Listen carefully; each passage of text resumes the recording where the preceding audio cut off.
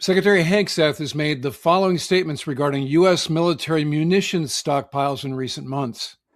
We've got no shortage of munitions. Our stockpiles of defensive and offensive weapons allow us to sustain this campaign as long as we need to. Again, our munition status only increases as our advantage increases. We know that of the munitions issue, and we know of the cost of this conflict, and we know the cost of other conflicts. And so we need to repay those O&M accounts that are going to be used, I suspect, in order to pay for this ongoing operation. So any idea when we're going to get this supplemental? We're well aware of all those dynamics. I think, first of all, the munitions issue has been foolishly and unhelpfully overstated. We know exactly what we have. We have plenty of what we need. And the reason we're accelerating a lot of this is because the department's been static in how it does this kind of business, not to mention the amount that was given to Ukraine for years and years. So we are getting after changing that dynamic so that we're not getting 100 more of something, but the companies are investing so there's new plants, so you're getting 2x, 3x, 4x of those munition in future years, because that's what we need, that's what our allies and partners through FMS require, and we just haven't been delivering it. So we're in good shape on that front. Whatever we think we need, we will submit. But I'll say, even in the conduct of the conflict, working with the chairman and Admiral Cooper, ensuring that any munitions we're using, we know what we're trading off of to preserve capabilities, so we have maximum optionality across the globe, which we do. We've been working together to grow the industrial base because we're all worried about how our stockpiles would hold up in a conflict against China. Since the start of this war, you've made it a point to highlight the number of strikes the U.S. military is carrying out, citing that more than 13,000 targets had been struck as of April 8th. On March 2nd, you said, and this is a quote, "This was a massive, overwhelming attack across all domains of warfare, striking more than 1,000 targets in the first 24 hours. On March 10th, you said, "Yet again, our most intense day of strikes inside of Iran." On April 6th, you said, and this is another quote, "The largest volume of strikes since day one of this operation." Your department has released video after video of things blowing up. None of us doubt the strength of the U.S. military and their ability to do hard things. I understand that better than anybody. The questions we should be asking and answering are, what does this cost us and what does it achieve for the American people? Many of these strikes use our best weapons, and we're using a lot of them, and a lot of interceptors. Open source reporting has estimated that the military has used an outrageous number of Patriots. I'm not even going to say the numbers, but a lot of Patriots, a lot of THAAD rounds, JASM ER, Tomahawks, very expensive, exquisite. We can't make these munitions overnight, and it's clear from your budget request that you know that. Can you tell us how many years specifically is it going to take to replace these systems? Months and years. Fast, years. We're building new plants in real time. So just to replace what we have expended. I said months. And then you said years. Both, it depends on the weapon system, but 2 to 3, 4x of what we have today. Okay. So yes, we're dealing with a reality under the previous administration of what they sent to Ukraine and what they allocated elsewhere. Okay, I got it. So we fired years quickly. worth of munitions. Starting with the kinetic operations between the carrier strike groups stationed in the Red Sea and the Houthis several years ago through Operation Epic Fury against Iran in recent months, we've discussed the nature of these battles, which is basically the U.S. Navy using surface-launched missiles like the SM-2, 3, and 6, and air-launched missiles like the AIM-120 AMRAAM and AIM-9 Sidewinder to defend against enemy cruise and ballistic missiles and drones. The numbers of those incoming threats have taxed carrier strike groups' ability to defend themselves, and they've been able to handle them without sustaining any losses to the fleet, which is impressive considering the unprecedented level at which they've been targeted. This warfare dynamic presents two main issues. The first is the financial disparity of using missiles that cost upwards of $2.5 million per copy to defend against relatively low-tech drones like the Shahed that cost around $40,000. That disparity isn't an issue in real time in that tactical action officers on destroyers and pilots and weapons system officers in Super Hornets are not going to hold their fire because of it, but it is unsustainable budget-wise over the long term. The second is the impact these operations have had on munitions stockpiles. As you heard from Secretary Hegseth's statements, the Pentagon is underplaying any concern. At the same time, while teeing up a $1.5 trillion defense budget, they've leaned on the defense industry to streamline their manufacturing processes to make missiles faster. So what's really going on here? According to a new report by the Center for Strategic and International Studies, the Epic Fury campaign against Iran has depleted inventories of key U.S. munitions stockpiles. The United States has enough munitions for any plausible scenario in the Iran war, but the depleted inventories have created a window of vulnerability for a potential Western Pacific conflict, read war against China or North Korea. The time needed to rebuild those inventories has thus become a major concern. This table shows replacement times for 7 key munitions heavily used during the Iran war that would also be needed for a war against China or North Korea. Under the current delivery projections, Tomahawk land attack missiles, terminal high-altitude area defense, and Patriot, heavily used in this war, will take 3 or more years to return to their pre-war inventory levels. Standard missiles, SM-3s and SM-6s, will take around 2 years. Joint air-to-surface standoff missile and precision strike missile will take several months to a year to replace. Campaigns against Iran and its proxies, and for Patriot interceptors, aid to Ukraine, have made the problem more acute. And alongside replenishing its own stocks, the United States has to also fulfill orders from allies and partners. The CSIS study states that large munitions procurement in the president's $1.5 trillion fiscal year 2027 defense budget reflects these magazine depth concerns. Secretary Hegseth put it this way. It takes money to kill bad guys. The study includes infographics to illustrate the deliveries of 7 key munitions to U.S. stockpiles in the coming years. Let's start with Tomahawk, which, as a reminder, is fired from surface combatants, submarines, and also can be air-launched from airplanes like the B-52. The orange bars show cumulative additions to U.S. inventories each quarter. The bright orange bars indicate when the fiscal year 2027 orders are projected to arrive. The gray bars indicate current inventory levels. The green line shows the maximum potential rate of inventory growth. It assumes that 1, industry achieves capacity goal targets set in the framework agreements, and 2, industry then produces at that level, and 3, that all deliveries go to U.S. inventories rather than those of allies. The black dotted line represents missile inventories before the 2026 Iran war. Where the black line crosses the stacked bars is when missile deliveries equal pre-war inventories. So you can see from the infographic here, the first dark gray bar is the pre-Epic Fury inventory, which was over 3,000 TLAM. So the report illustrates that Tomahawk procurement averaged 86 missiles in the past 10 fiscal years, with most orders coming from the Navy, while Raytheon, the defense company that makes TLAM, has a capacity goal of more than 1,000 Tomahawks per year. The recent annual production rate is less than 200 because of small past orders. Existing orders will begin replacing the 1,000 plus Tomahawks expended during the Iran war, but will not be enough to fully restore inventories to pre-war levels. The Navy requested 785 Tomahawks in the fiscal year 2027 budget, which is a huge increase from the prior years. Based on current DoD delivery projections, these missiles will start arriving in U.S. inventories in March of 2030, after 34 months of production lead time.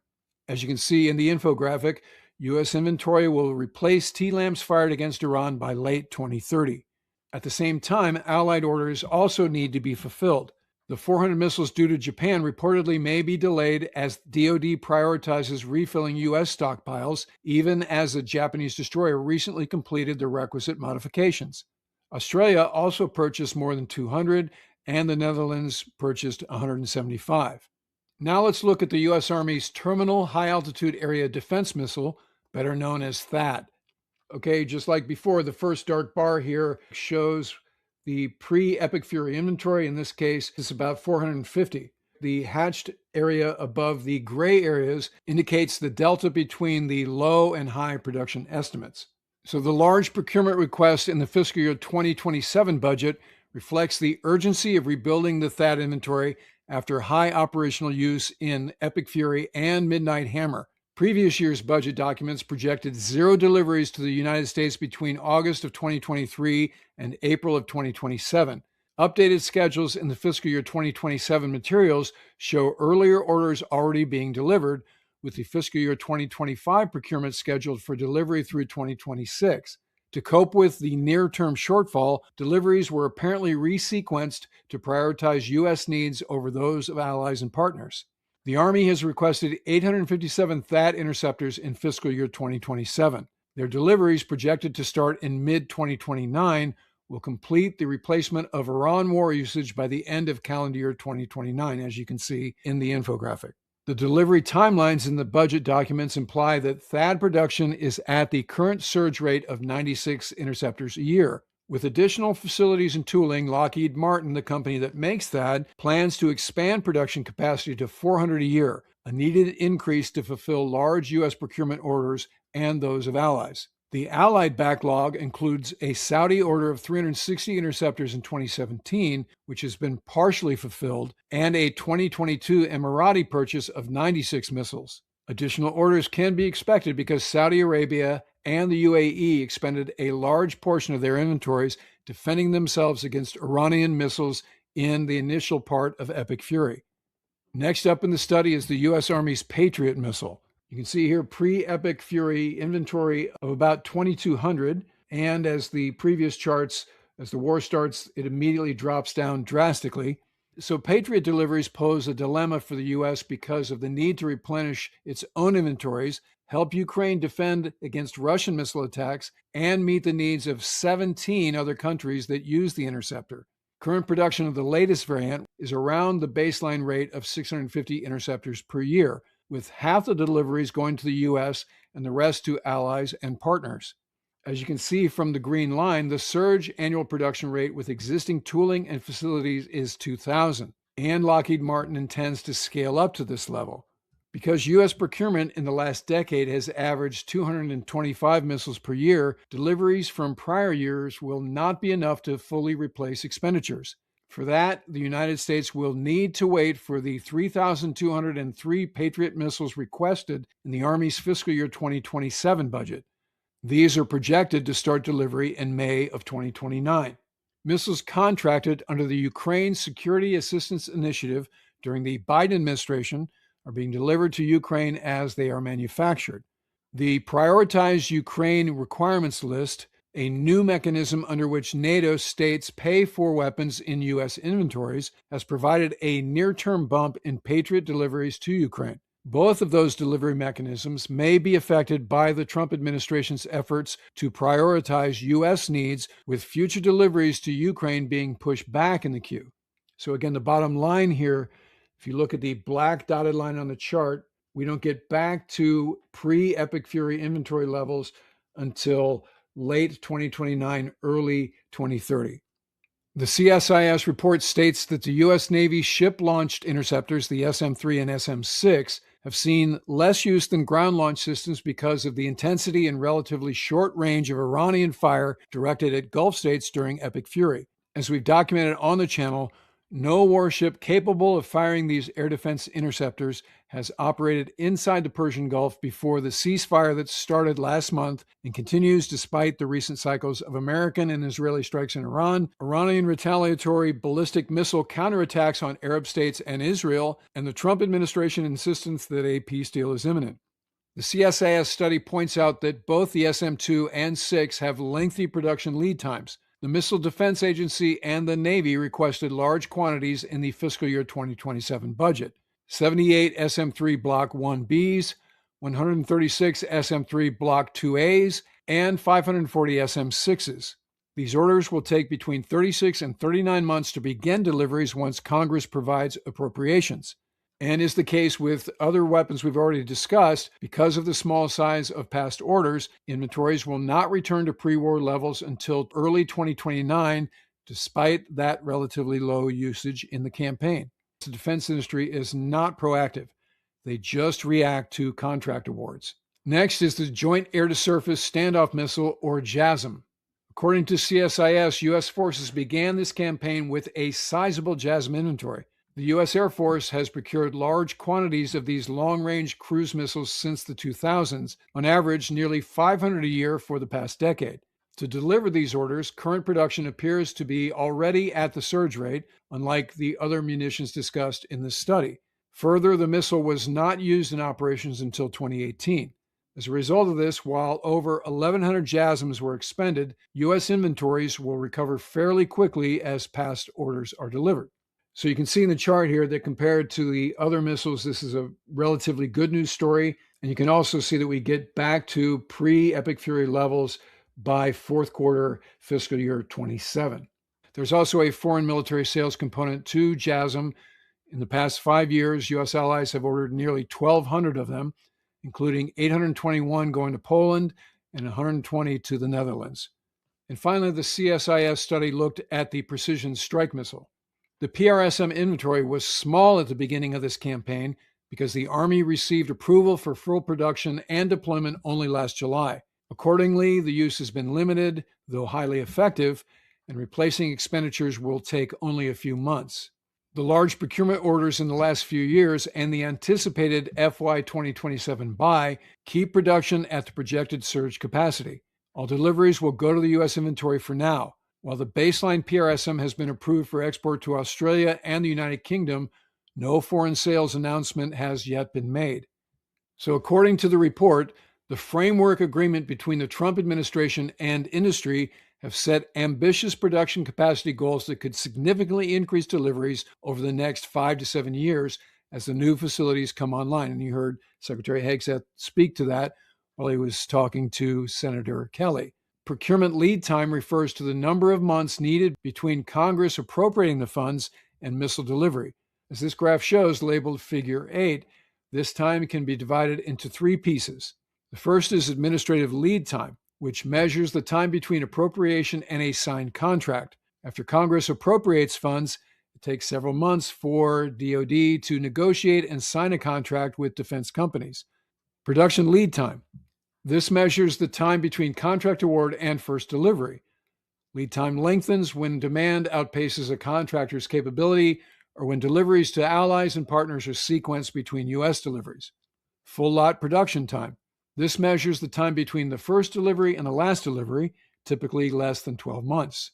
As an example, the JASMs procured in the fiscal year 2027 budget are forecasted to be put on contract 6 months into the fiscal year. That's the administrative lead time. The first missile in this lot is expected to be delivered 36 months after the contract is signed. That's the production lead time. It'll take another 11 months until all the missiles are delivered. That's the full lot production time. So funding for these additional munitions actually began in the Biden administration and is accelerated under the Trump administration. Congress has supported this funding, reflecting bipartisan agreement on the issue, which, as we know, is rare these days. According to CSIS, the bottom line is this. The world has seen the great skill of U.S. military forces, not just in the conflict with Iran, but in operations against Venezuela and the Houthis. China, particularly, is deeply aware that it has no recent combat experience and that it performed poorly in its last war against Vietnam in 1979. That difference in experience may preserve deterrence until munitions inventories are restored. The real bottom line is recent U.S. military operations from Rough Rider to Absolute Resolve to Epic Fury have expended a lot of exquisite munitions and driven stockpiles down to levels that impact the ability to counter high-end threats. And getting those stockpiles back to proper levels isn't a function of money, like we said before. It's time, something no amount of money can buy. All right, that'll do it for this episode. Lots of military stuff going on, so if you're not already a subscriber, become one so you don't miss anything going forward. And in the meantime, I look forward to talking to you again very soon.